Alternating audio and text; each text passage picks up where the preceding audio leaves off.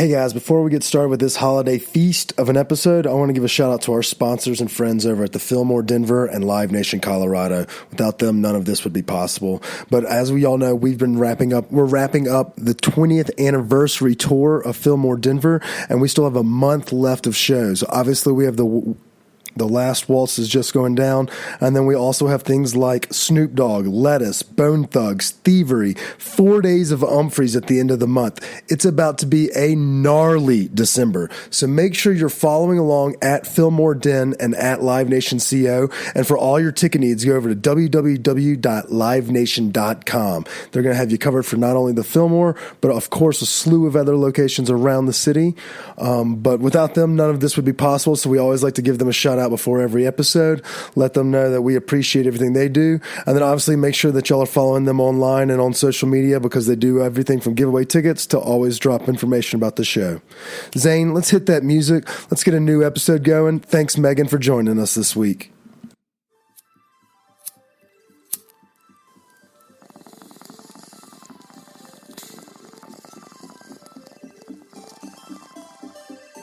The suppression of the use of marijuana and of the forces lurking behind it are the most important jobs this department is now engaged in. In 1930, the records on marijuana in the Washington office of the Narcotics Division scarcely filled a small folder like this. Today, they fill cabinets. Welcome, ladies and gentlemen, Coloradians, and everyone that's smart enough to listen from the outside. One of the most amazing plants we've ever discovered. The pot party, the trippers, the grasshoppers, the hip ones, all gathered in secrecy and flying high as a kite. Please! I got really fucked! Hey. Hey, hey. Cool. Hey. All right, 3, 2, 1. Welcome back, ladies and gentlemen, to another week of Stoned Appetit. With your host, as always, Kip. To my right is Bama, and it's Kip's birthday episode. So happy birthday to me. When this episode drops, not today. Oh, okay. I was about to say, wow, I'm really fucking up there. No, it's okay. You don't have to remember the boss's birthday. Okay. Time to get him again. Yeah. And we're coming to y'all from the free market as most likely always. We're down here at Bruto at the corner of 18th and Blake. The restaurant that's tucked away inside the free market. It's kind of in the back corner of the dairy block. Come on down here. Every Thursday they do a free happy hour from 5 to 7, aperitivo hour. But they're open Tuesday through Sunday, 11 a.m. till 7 p.m. So they have great snacks. Some of the best goddamn bread in this city. I think we say it every week. But Yeah. It's fun we come back here, breads and reds. Dude, this is becoming like our home base now. It's almost like we need one of those stickers that Guy Fieri makes you put up in your hotel, says like Stoned Appetit was here. Yeah, we need everyone to start having to do that. Certified Stoned Appetit. And we do check off a lot of restaurants. But speaking of checking off a lot of restaurants, I want to introduce our guest for today. We have Miss Megan Buckholtz from Local Table Tours. Megan, thank you for joining us on Stoned Appetit. Thank you for having me. We're really stoked to have you because I feel like we're all kind of cut from the same rug, very laissez-faire, chill folk. But at the same time, you've been in this industry for a while. You know the ins and outs of the restaurants of not only Denver, Boulder, and Fort Collins, but I mean you built a company based off of it. So we're going to pick your brain here today on this episode. But before we get this party started, I want to give a shout out to our sponsors, the Fillmore Denver. For those that don't know, we have a strong docket. We closed the last month of the 20th year anniversary tour with some great bands like we got Thievery Corporation, we got Lettuce Funk, we've got Umphreys doing a 4-night run. You can get all of those tickets over at www.livenation.com. And that's not just the whole lineup. Those are just the ones that we're super stoked about as jam band fans. And we're also really stoked about the last waltz happening on Thanksgiving Eve. Yeah, so we are. By the time this episode ends or airs, it'll already have passed. Oh, that's true. Damn it. What you're supposed to say is we had a blast at the last waltz. Trust me, we fucking rock that place. Yeah. So the Fillmore always brings a great product out there on stage. So we're excited to be partners with them, and we're going to try to bring our best product. Megan, we like to start every episode the same way, and that's usually when I pass it off to Chris and start drinking. So Chris, do the honors of starting this party. All right, Megan, are you ready? Yes. Okay. Good. Because if you weren't, we were going to go forward anyways. So, Are you a transplant or a native? I am a transplant. I have been here 15 years. 15 years. Where are we coming from? I grew up in New Jersey and went to school in Oregon. So I got out of Jersey in 98. The Garden State. Uh-huh. So they say. You look a lot more Oregon than you do in Jersey. Yep, that's why I got out of New Jersey in 1998. Yeah, you don't seem to have that mob-like mentality of New Jersey. No. You don't work in the waste management business. No. Okay, so New Jersey to Oregon, that's about as far as way. Yeah. Yes. Yeah. Okay, so what'd you go to Oregon Is that for? intentional? Yes. So I went to college at the University of Oregon in Eugene. Go Ducks. And my parents told me always growing up, as with my sister, don't stay here. We're not going to be here forever. We're going to move one day. So go somewhere you want to go.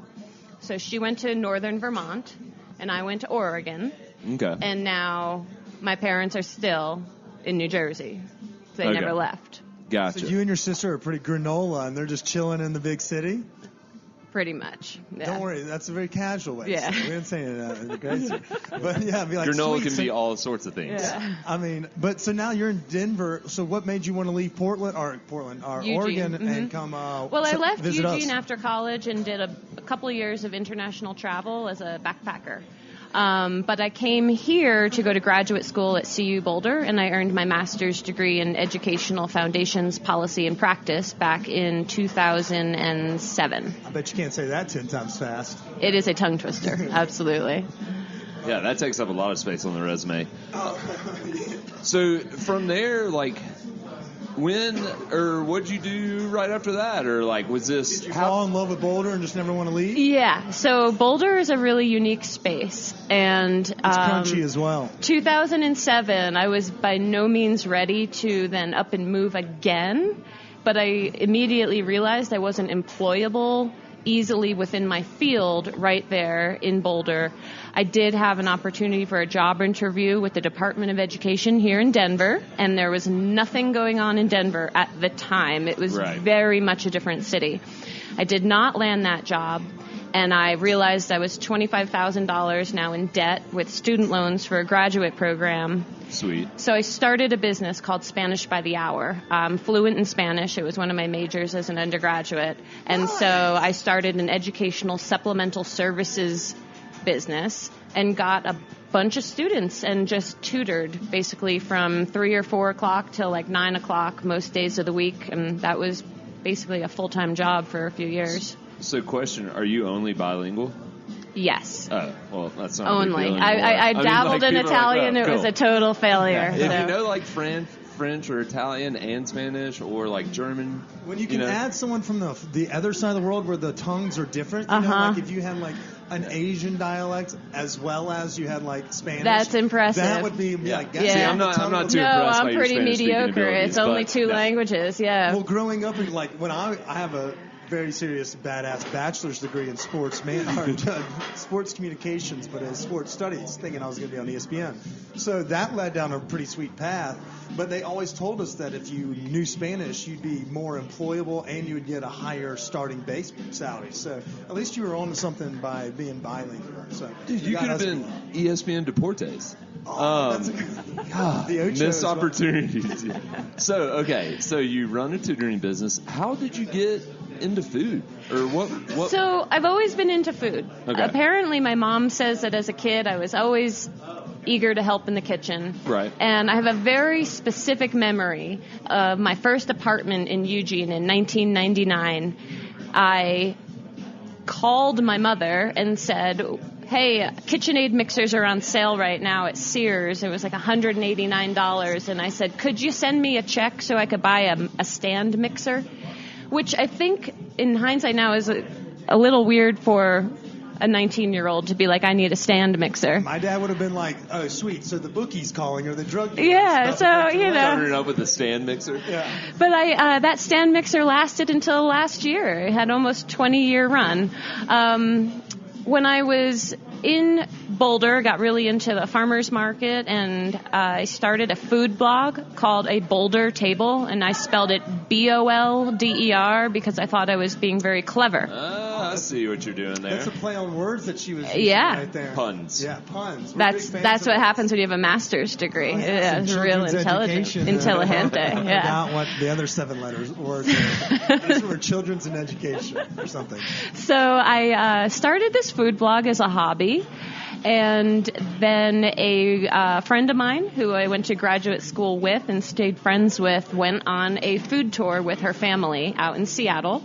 And she came back, and we met at Boulder Beer in their little backyard, courtyard for some beers. And she's telling me this story. We went on this food tour, and it was guided, and they took us to these places. And she just kind of stopped and looked at me and was like, you should do that. No one's doing that. And that was the spark of like, yeah. So that day, were you like, I'll join on your squad and be like a guide? Or were you like, you know what, I've kind of learned the ropes of like what's a good restaurant in Boulder. I can fucking do this better than Janine over here. Well, no one was doing it. No offense, Janine. I was just yeah, but yeah, it was one of these things where I was like, that is a good idea. So it became like hiring a lawyer, filing the articles of incorporation, getting all that stuff done. That sucks. Yeah, and then just I went to a student's mom, Kirsten Boyer, who's a photographer who's really well known in Boulder with a lot of farmers and restaurants. Okay. I was tutoring her kids at the time, and she was good friends with Eric and Jill Skokin, because she does their photography. So she introduced us, and I went to Jill and just said, I'm starting this thing called a food tour. Would you like to participate? And Black Cat said, we'll participate. So then I turned and I went to Salt, who had opened 6 months prior, and I said, would you like to participate? And they said, we'll participate. And then I went to Tea and Cakes, and they said, we'll participate. Savory Spice Shop, Dan, who's now a real good friend of mine, was like, yeah, we'll totally participate. Next thing you knew, I had like a lineup for a tour. Yeah. And so it just started with that, and then now it's evolved, and I've worked with like more than 80 different establishments across the 3 cities. Yeah, so Denver was second. I don't know the exact date, but I want to say at least 8 years ago. Okay. And I started with, at the time, I had been hot off of a trip to New Orleans, She doesn't say New Orleans. I love her already. Yeah. I met the famous Chris McMillian down there, and I just had such an amazing cocktail experience at the time. And now I really don't want to drink any more cocktails. I'm cocktailed out, but 8 years ago, craft cocktails were the coolest thing, and so I had started a cocktail tour in Boulder, and I started to get to know some of the bartenders, and then they introduced me to a group of people running really successful bar programs in Denver. So I started Denver off with a cocktail tour, and then from the cocktail tour kind of eased into the food tour. Elastic waistbands are really in play there. And Velcro wallets. Yes. Okay, so hold on though. Like when you started out, before you expanded, how many tours are we doing? Like, were we monthly or were we No, weekly? they were every Friday and Saturday, and it was the same tour. It was a food tour from, I don't know if it was 1 to 4 or 2 to 5, every Friday and Saturday. Because I thought, well, if you can't get there on Friday, you can go on Saturday. Right. It worked out. The first year was very much a bunch of people who said, not really sure what I signed up for, but it sounded kind of cool. And now the average person says I do this in every single city I visit in the world. Oh, okay. However, it became clear that there was no reason to do the same thing 2 days in a row. So then it was like... So you could bring the people that may have had such a fun time Friday, they may be more inclined to come back on a Saturday. Or if somebody looked at Fridays and maybe saw like a agenda and was like, I'm not so into that. Oh, I don't tell my guests the agenda.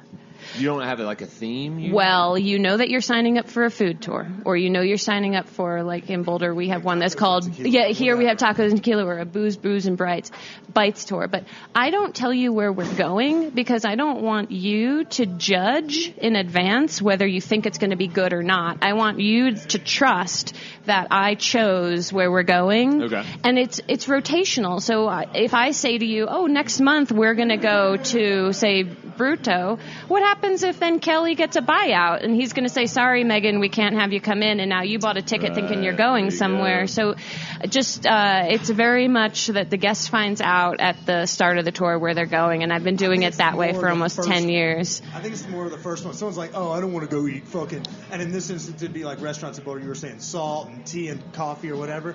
Like someone would be like, oh, I don't want to go. Or I could just do that on my own. Yeah. Why should I? Yeah, that's a good idea. Yeah.